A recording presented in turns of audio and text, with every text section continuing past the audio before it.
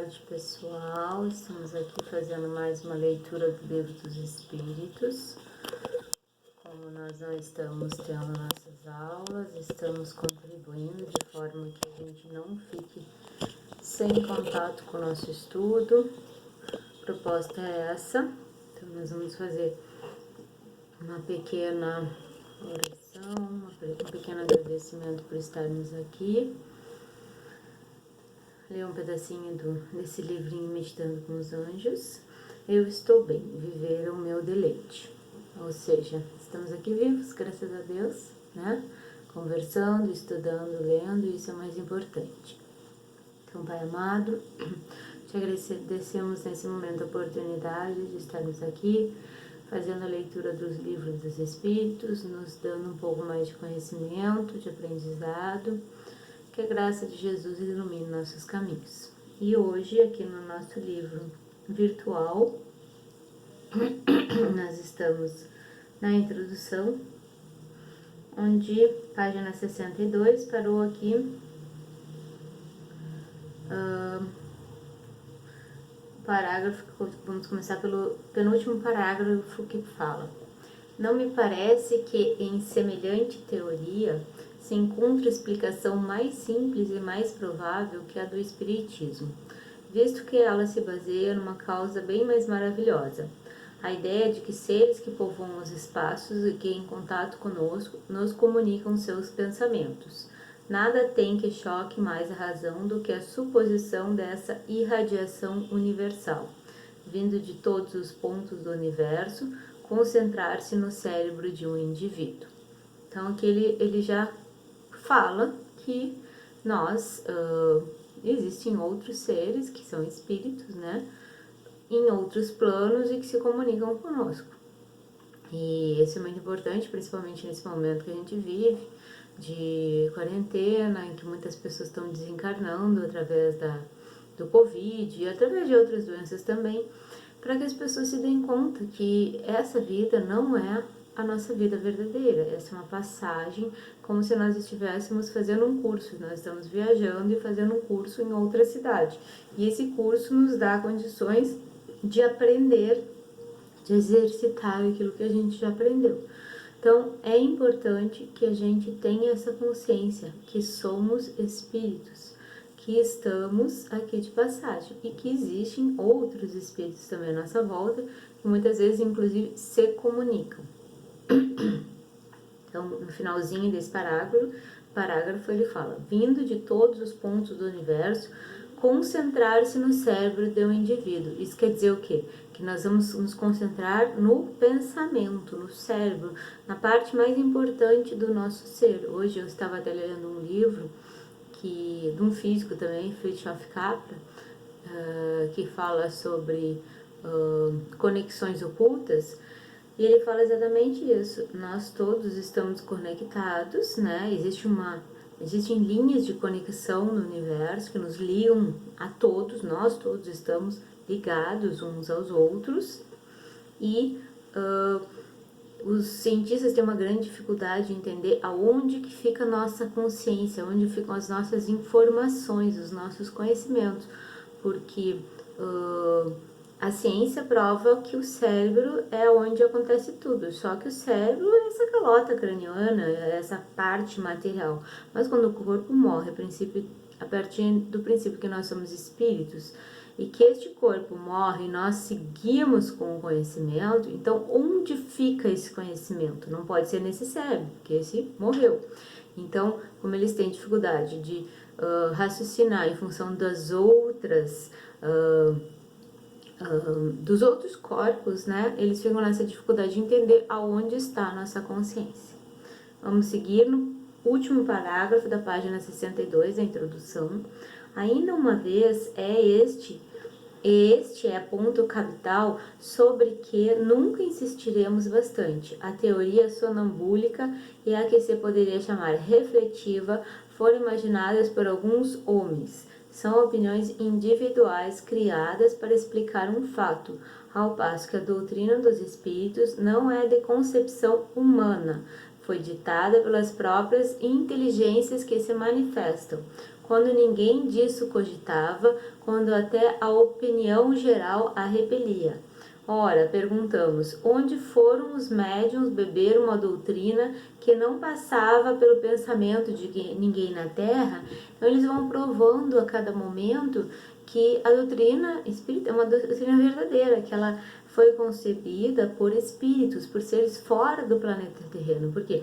Porque no tempo que ela foi concebida, século XIX, 1800, final do século XIX, ainda não existia ninguém no planeta terreno que pensava dessa maneira. Então, de onde essas pessoas trariam esse conhecimento?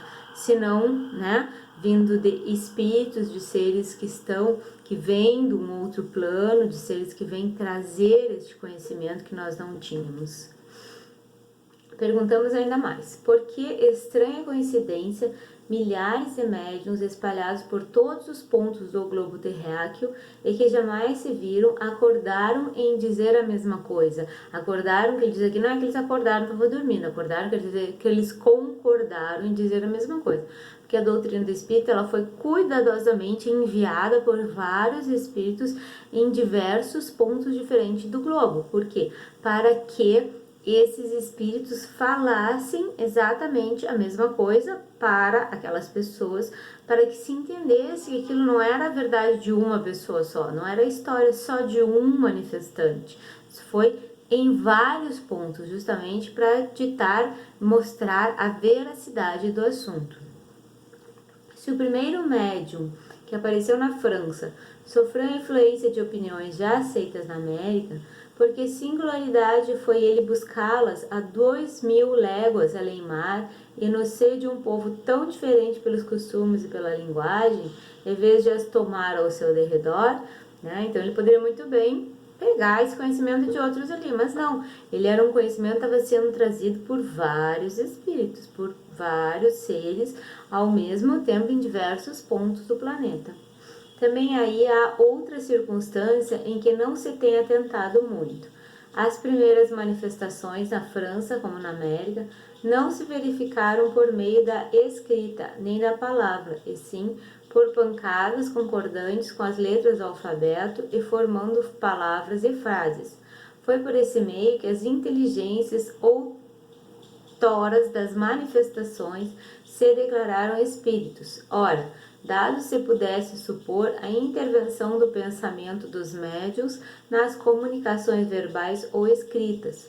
Outro tanto não seria lícito fazer-se com relação às pancadas, cuja significação não podia ser conhecida de antemão. Por que ele está falando isso? Porque a gente sabe na história do Espiritismo que se começou com comunicações, muitas vezes em jovens, adolescentes, crianças, e houve as reuniões que as pessoas se juntavam e a mesa dava pancadas, elas se juntavam em torno da mesa, né? E a mesa saía do chão, com as pessoas com as mãos sobre a mesa simplesmente levitava e dava pancadas no chão. Aí eles começaram a colocar letras, né? Palavras, letras em folhas, e daí aquelas pancadas começaram a escrever nomes, né? Eles se deram conta que existia uma inteligência por trás de tudo aquilo. E também, nesse momento, se pensou em colocar cestas, né? Cestas com um lápis amarrado, e aquelas cestas e papel. E aquelas cestas levantavam e escreviam nos papéis. Então, essas foram as primeiras manifestações que os espíritos deram através, né, da escrita indireta. Então, foi por esse meio que as inteligências autoras das manifestações se declararam espíritos. Ora, dado se pudesse supor a intervenção do pensamento dos médiuns nas comunicações verbais ou escritas, outro tanto não seria lícito fazer-se com relação às pancadas, cuja significação não podia ser conhecida de antemão. Poderíamos citar inúmeros fatos que demonstram a inteligência que se manifesta, uma individualidade evidente e uma absoluta independência de vontade. Recomendamos, portanto, aos dissidentes observação mais cuidadosa e, se quiserem estudar bem, sem prevenções, e não formular conclusões antes de terem visto tudo. Reconhecerão a impotência de sua teoria para tudo explicar. Porque muitas pessoas não acreditam, né? elas ficam fazendo teorias para justificar que aquilo não existe. Por quê? Porque o ego delas, ele não aceita ele ser um ser tão pequeno perante o que ele achava. Porque para muitas pessoas, esse planeta é todo delas, né? Foi feito só para elas trabalharem, só para elas ganharem dinheiro, só para elas terem prazeres efêmeros, né? E aceitar a possibilidade da reencarnação implica muita coisa. Inclusive, implica mostrar que nós somos seres limitados, imperfeitos, que reencarnamos várias vezes, que viemos cada vez aqui para aprender mais alguma coisa, que principalmente esse mundo todo que existe, ele não foi feito somente para nós. Que essas estrelas todas que estão no universo, elas não são bolinhas de cristal, elas não são enfeites da árvore de Natal apenas ali para nosso bel prazer. Elas têm um porquê estar ali. Elas são planetas, elas são moradas de outros seres. Então, assim, o ego de muitas pessoas, ele é grande demais, que as impede de voltar à sua essência, à sua humildade e aceitar isso. Muitas delas, quando estão no plano espiritual, às vezes através do sono, elas se dão conta que realmente existe algo a mais na vida, mas elas não têm força quando elas voltam e retomam o corpo para aceitar isso. Então vamos continuar aqui, página 63. Poderíamos citar inúmeros fatos que demonstram na inteligência que se manifesta uma individualidade evidente e uma absoluta independência de vontade. Recomendamos, portanto, aos dissidentes a observação mais cuidadosa, esses que quiserem estudar bem, sem prevenções, e não formular conclusões antes de terem visto tudo. Reconhecerão a impotência de sua teoria para tudo explicar. Limitar-nos-emos a propor as questões seguintes. Por que é que a inteligência que se manifesta, qualquer que ela seja, recusa responder a certas perguntas sobre assuntos perfeitamente conhecidos, como, por exemplo, sobre o nome ou a idade do interlocutor, sobre o que ele tem na mão, o que fez na véspera, o que pensa fazer no dia seguinte, etc. Ou seja, as pessoas pensavam que os espíritos estavam ali para responder perguntinhas pequenas, ridículas e sem fundamento, né? Porque qual é o espírito que tem uma ocupação a mais vai querer ficar respondendo esse tipo de pergunta, né? Isso parece uma fofoca espiritual. Seria como a gente pensar aqui que uma pessoa altamente ocupada de um trabalho muito importante ou de uma vida muito voltada ao estudo, ou coisa do tipo, fosse ficar perdendo tempo falando de coisas que não tem necessidade, né? A pessoa, ela ocupa o tempo dela muito mais a outras coisas mais importantes do que simplesmente a essas coisas pequenas. E aqueles espíritos que não acreditavam achavam isso um absurdo. A esse argumento retrucam os adversários, perguntando a seu turno por que os espíritos que devem saber tudo não podem dizer coisa tão simples de acordo com o axioma. Quem pode o mais, pode o menos, e daí concluem que não são os espíritos os que respondem. Se um ignorante ou um zombador apresenta-se a uma douta assembleia, pergunta-se, por exemplo, por que é dia às 12 horas, acreditará alguém que ela se daria o incômodo de responder seriamente e fora lógico, que do seu silêncio ou das zombarias com que pagasse ao interrogante, se concluísse serem tolos os seus membros? Ora, exatamente porque os espíritos são superiores, é que não respondem a questões ociosas ou ridículas, e não consentem em ir para Berlinda, é por isso que se calam ou declaram que só se ocupam com coisas sérias. Ir para Berlinda no sentido que nós sabemos, né? Imagina o que eles pedem. O interlocutor, de repente, pensou em fazer uma coisa errada no outro dia. Somos todos imperfeitos, a pessoa está pensando em fazer algo que não seria totalmente de bom grado para ele. E imagina que o espírito revele. Como é que a pessoa vai ficar perante os outros? Como é que ela vai se posicionar perante os outros? Ela vai ficar numa posição, muitas vezes, de defesa, numa posição que possa ser prejudicial àquela pessoa. Então, para que os espíritos iriam ficar falando coisas sem nexo ou sem necessidade? Não há essa situação. Então, nós devemos ter um pouco de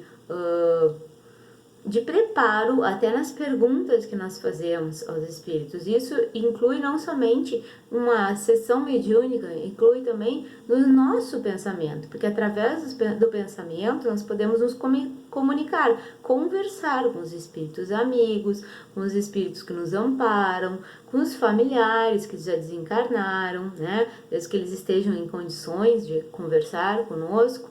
Mas o que importa é que a gente tenha noção do que a gente está fazendo, que a gente se dê conta que a gente está ali para adquirir um conhecimento, para se melhorar como espírito reencarnado, para se elevar, para ter uma vida melhor e proporcionar essa vida melhor aos outros. Então, é isso que nós precisamos aprender, é isso que nós precisamos fazer, caminhando, andando nesse caminho de evolução que todos nós buscamos. E nós agradecemos a presença de todos que aqui vieram para assistir essa leitura do Livro dos Espíritos, e devemos fazer uma outra no sábado às 16 horas também, e vamos agradecer que Jesus ilumine o caminho de todos nós. Damos graças por esse momento, por essa quarentena que pode parecer muito difícil para alguns, mas que nós podemos sempre tirar algo de proveitoso. Existem muitos cursos de graça na internet, muitas oportunidades de aprendizado de convivência com os nossos familiares, com as pessoas que nós amamos e que nos amam, e que muitas vezes nós não tínhamos mais a possibilidade de nos relacionar. Muita gratidão, Senhor, pelo teu amparo, pelo teu auxílio, por esse momento de aprendizado. Que assim seja, até o próximo encontro. Fiquem com Deus. Um beijo no coração de todos.